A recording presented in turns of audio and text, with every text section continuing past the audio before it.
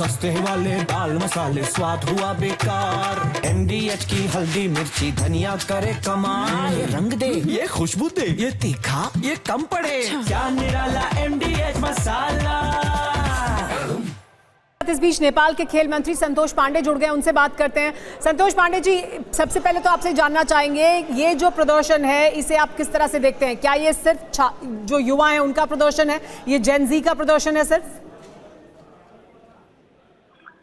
युवाओं का प्रदर्शन से ज्यादा क्या है, इसमें हम लोग ये कह सकते हैं कि अभी के हाईटेक युग में, एज में युवाओं का एक्सपेक्टेशन है कि ये सब रहने चाहिए, लेकिन इसमें ये चीज भी कहा जा सकता है कि इसके थ्रू युवाओं के बीच में जो एक काम नहीं करने का जो सोच हुआ है कि इसी में लोग एंगेज होके और देश आगे नहीं बढ़ पाना, इसका भी एक कारण है। इस नाते इसे आप क्लियर ये कह सकते हैं कि ये 50-50 तरफ, दोनों तरफ है। एक युवाओं का ही प्रदर्शन नहीं है, सिर्फ युवा नहीं निकले हैं, इनको कहीं न कहीं राजनीतिक हिसाब से भी लोगों को लाया गया कि ऐसा किया जाए। संतोष पांडे जी, क्या सरकार फैसला वापस लेगी? क्या अगला कदम होगा सरकार का? क्योंकि शाम 6 बजे बैठक बुलाई गई है, क्या होगा अगला कदम?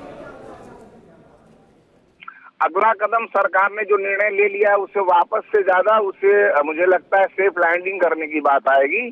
सेफ लैंडिंग जो फैसला सरकार ने लिया है, सरकार अपने फैसले को भी साथ में रखकर निर्णय लेने की बात होगी, क्योंकि फैसले को दरकिनार कर दिया जाए ऐसा नहीं होगा। और सरकार उतने समय तक तो फ्रीडम दिया ही था, इस नाते हम क्या जानते हैं कि सरकार अपने फैसले को साथ में रखकर और इस पक्ष को ध्यान में रखकर इस पर एक बार विचार पहुंचा के फिर निर्णय लेने का बात होगा। यानी आपका ये मानना है कि सरकार वापस नहीं लेगी फैसला, ये फैसला जिसका विरोध हो रहा है, इस तरह से उग्र विरोध हो रहा है? विरोध, उग्र विरोध मतलब इसमें कैसे समझना है मुझे? युवा सिर्फ युवा यहाँ के सिर्फ यही होना चाहिए ऐसे नहीं है, लेकिन कहीं ना कहीं आप हमारे यहाँ देखते हैं, यहाँ पर नेशन फर्स्ट है। इस नाते अब ये चीज मैं कह सकता हूँ कि राजनीतिकरण न किया जाए इसको, और युवाओं के पक्ष में तो सरकार हमेशा लगा है और करेगा भी, लेकिन इस फैसले को मैं वापस लेता हूँ, करो तो आंदोलन करते जाएंगे और फैसले वापस होते जाएंगे तो गवर्नमेंट को मुझे लगता है अपने काम संचालन में इतना सहज नहीं होगा। संतोष पांडे जी, आपके पास क्या कोई जानकारी है? क्योंकि जो जानकारी हमें मिल रही है उसके मुताबिक 8 जिसमें ज्यादातर युवा हैं उनकी मौत हो गई है, 100 से ज्यादा घायल हैं। जिस तरह का बल प्रयोग किया गया है उसके बाद संख्या है, मौत हो गई। अगर आपको जानकारी मिला है तो चीज में मैं आपको कह सकता हूँ अभी तक सरकार के पास घायल हो जाने और मौत हो जाने की खबर से ज्यादा लोग घायल लोग हैं, उनको ट्रीटमेंट के लिए सरकार व्यवस्थापन कर रही है। संतोष पांडे जी, क्या आपको लग रहा है कि ये स्थिति इस वक्त आउट ऑफ कंट्रोल है? नहीं, बिल्कुल अंडर कंट्रोल है। अंडर आउट ऑफ कंट्रोल इसको नहीं कहते हैं। जहाँ पर भीड़ होती है वहाँ पर आप विभिन्न देशों में देखे होंगे, हमारे उस मुल्क में भी आपने देखा था कि प्रयागराज के भीड़ में जब भीड़ ज्यादा होती है तो उसको नियंत्रण करते समय कुछ न कुछ क्षति तो हो जाता है, लेकिन हम लोग क्षति से बिल्कुल बचने के हिसाब से ही लॉ एंड ऑर्डर मेंटेन करने का काम हो रहा है।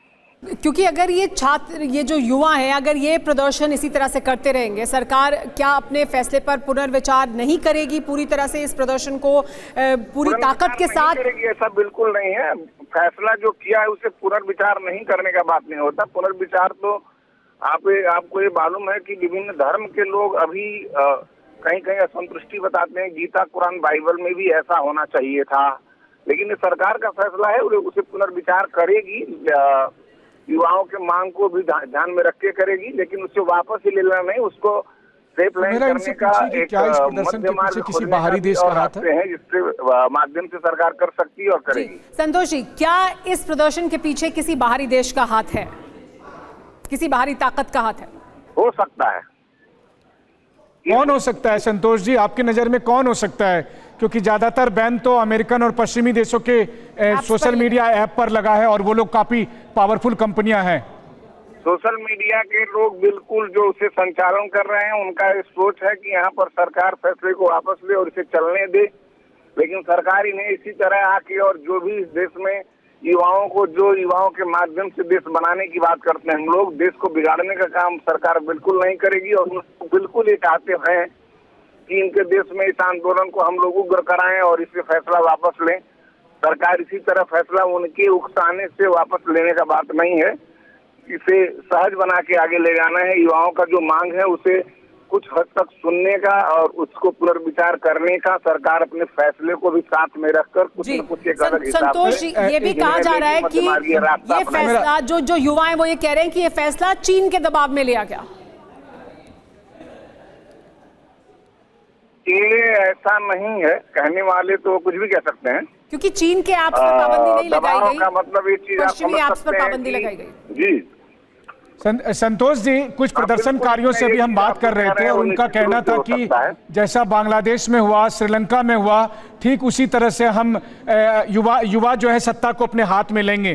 तो क्या आपको बांग्लादेश में तो अमेरिकन हाथ था, क्या आपको लगता है कि अमेरिका का हाथ था या कौन सी ताकतें हैं जो युवाओं को कह रही है कि सत्ता अपने हाथ में लो? कुछ प्रदर्शनकारी कह रहे थे कि बुजुर्गों को सत्ता छोड़कर जाना होगा। आप तो बड़े यंग हैं, फिर भी वो कह रहे हैं कि बुजुर्गों को सत्ता छोड़कर जाना होगा। बड़े यंग है, बिल्कुल ठीक है, लेकिन यंग का परिभाषा अगर हम लोग उसका डेफिनेशन करेंगे तो people not by young only is people young by the thoughts also. तो सोच से भी युवा होने की जरूरत है। आपके देश के नेतृत्व भी एज से नहीं विचार से चल रहा है। तो मुझे लगता है कि बुजुर्ग लोगों को बुजुर्ग का देना उन्हें कुछ नहीं मालूम, इस तरह कहने से ज्यादा एक लंबा अनुभव होता है। अनुभव के माध्यम से सरकार का संतोष जी जो सवाल पूछ रहे थे मेरे सहयोगी वो ये कि कौन सा देश हो सकता है इस प्रदर्शन के पीछे, अगर कोई बाहरी ताकत जो ये चाहता है कि जो जिन लोगों ने इसे संचालन कर रखा है, जिन लोगों ने इस अपने फेसबुक के यूट्यूब को और चैनल को चला रखा है और इसी तरह चाहता हर देश में हमारा शासन कायम रहे, इसी के माध्यम से हम जो चाहेंगे करेंगे, उन का हाथ हो सकता है। उस पर सरकार काफी गंभीरता से ध्यान दे रखी है। क्या इसी वजह से ये फैसला भी लिया गया कि किसी तरह का कोई खतरा या किसी तरह का कोई अंदेशा सरकार को था? ये ऐप्स बैन करने के पीछे वजह सबसे बड़ी क्या है, सिवाय इसके कि रजिस्ट्रेशन नहीं कराया? क्या इसके पीछे और भी कोई कारण है? बिल्कुल बिल्कुल, एक ऐसा माध्यम है और देशों के जो संचालन करने वाले हैं इस चीज को, वो लोग बिल्कुल इसी के संचालन के माध्यम से उस देश को ग्रिप में रखने की प्रयास कर रहे होंगे, मुझे ऐसा लगता है।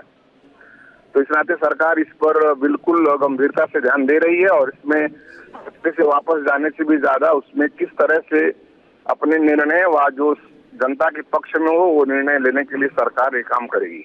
संतोष जी, प्रदर्शनकारी बार बार बांग्लादेश का उदाहरण दे रहे हैं। आपने देखा बांग्लादेश में क्या हुआ, किस तरह से शेख हसीना को गद्दी छोड़नी पड़ी, किस तरह से उसमें अमेरिकन हाथ जो है सो शामिल था, वो अब सामने आ गया है। तो आपको लग रहा है कि नेपाल में भी इस तरह की कोई साजिश रची जा रही है सत्ता को बदलने के लिए और युवाओं का उसमें इस्तेमाल हो रहा है? वालों को एक जानकारी होगा आपके मीडिया के माध्यम से, नेपाल बांग्लादेश नहीं है।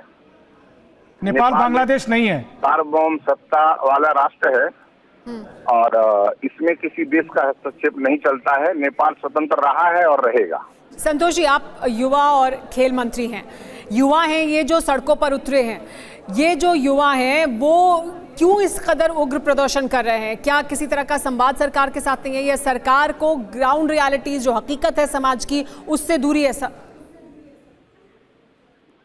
बिल्कुल, हम लोग ग्राउंड रियलिटी से जुड़े हुए हैं और इसको काफी हम लोग इसको गंभीरता से ले रहे हैं, देख रहे हैं और हम लोग ये भी ध्यान दे रहे हैं कि सरकार ध्यान दे रही है कि प्रदेश की सरकार भी कि ये इसमें किसी का हाथ है, कोई सी लोगों ने इन लोगों को उग्र कराने के लिए प्लान किया है। अगर पीछे से बैक सपोर्ट कर रही है या इनको इस देश में इस तरह का किया जाए तो उस पर भी सरकार का पूरा नजर है और ये सब चीज को ध्यान में रख के आगे बढ़ने की काम सरकार कर रही है। बहुत शुक्रिया संतोष पांडे जी, TV9 भारतवर्ष से बात करने के लिए। सस्ते वाले दाल मसाले स्वाद हुआ बेकार, MDH की हल्दी मिर्ची धनिया करे कमाल, ये रंग दे ये खुशबू दे ये तीखा ये कम पड़े, क्या निराला MDH मसाला।